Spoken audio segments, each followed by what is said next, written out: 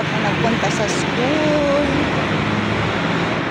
para maaga matapos ang trabaho. Good morning everyone. Lakad lang ako. Exercise.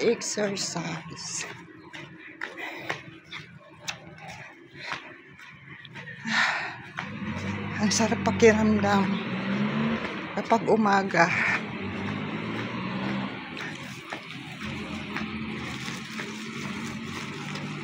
Ang bango ng lemon seta. Taran tan tan taran tan tan tan tan taran tan tan. Alang kalang kalan tanto rin.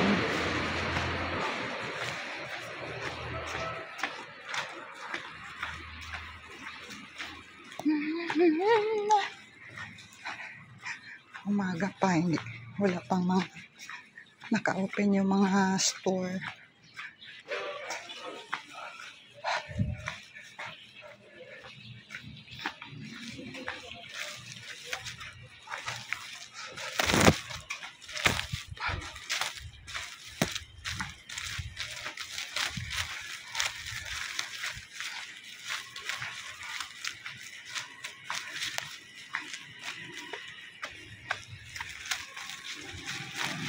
La la la la. Tararararatan. Ay, ang mga pusa nagtakbuhan.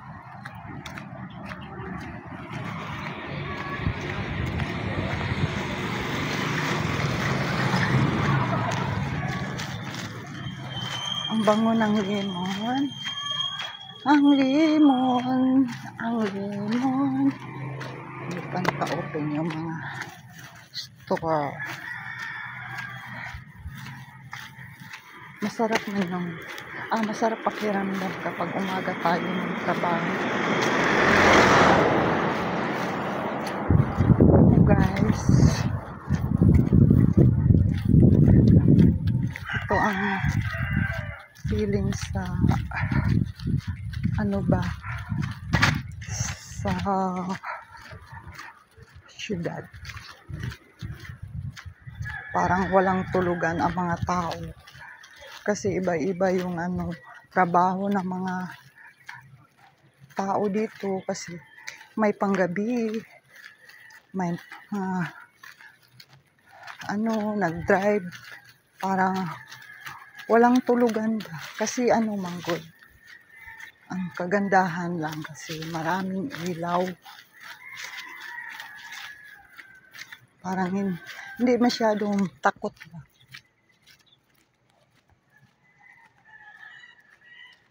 Kapag sa tayo, sa bukid, medyo takot tayo kasi madilim. Hindi kagaya dito, maraming ilaw. Parang walang tulugan ng mga tao.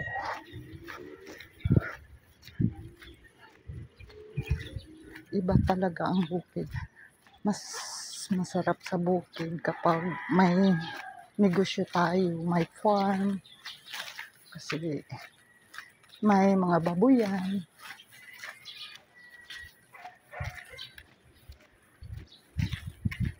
Lahat.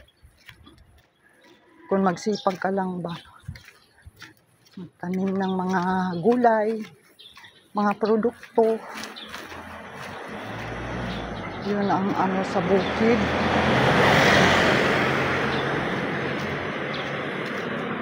Diferensya ba sa bukid tayo sa syudad?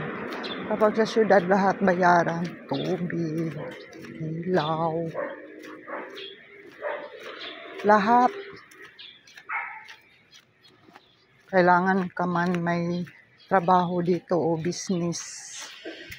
Kung sa syudad tayo. Kung sa probinsya ka, sipag ka. Kung may lupa ka, kailangan tanim ng mga produkto, mga niyog, saging, gulay, mais, palay. Alaga ka ng baboy. Tapos kung may ano doon, gawa ka ng puso ba, yung ano, bomba ng tubig. Sa syudad hindi pwede.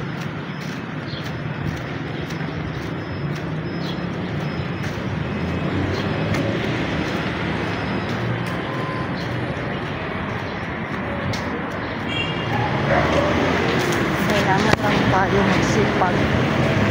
Sa syudad sipag. Hindi ka magsipag, wala kang kainin, wala tayong pera.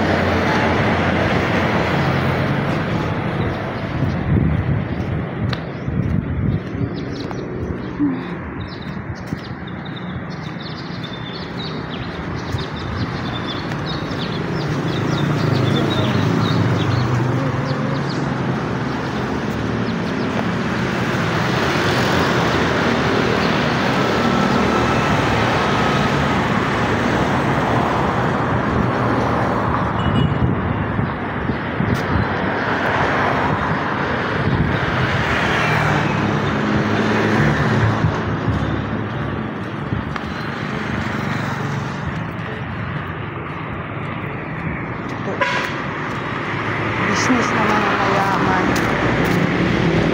Mga mayaman. Million ang mga kapital.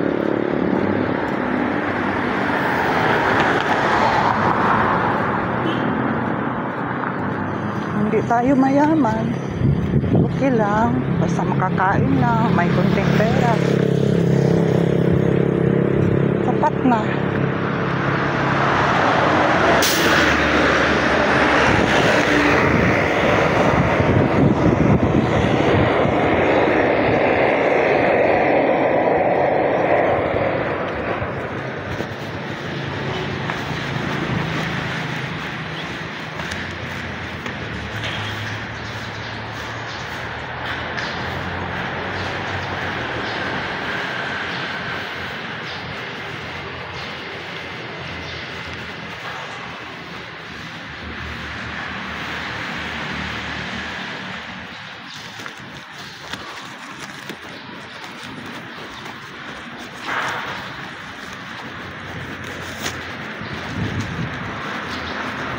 Tinago ko yung camera ko baka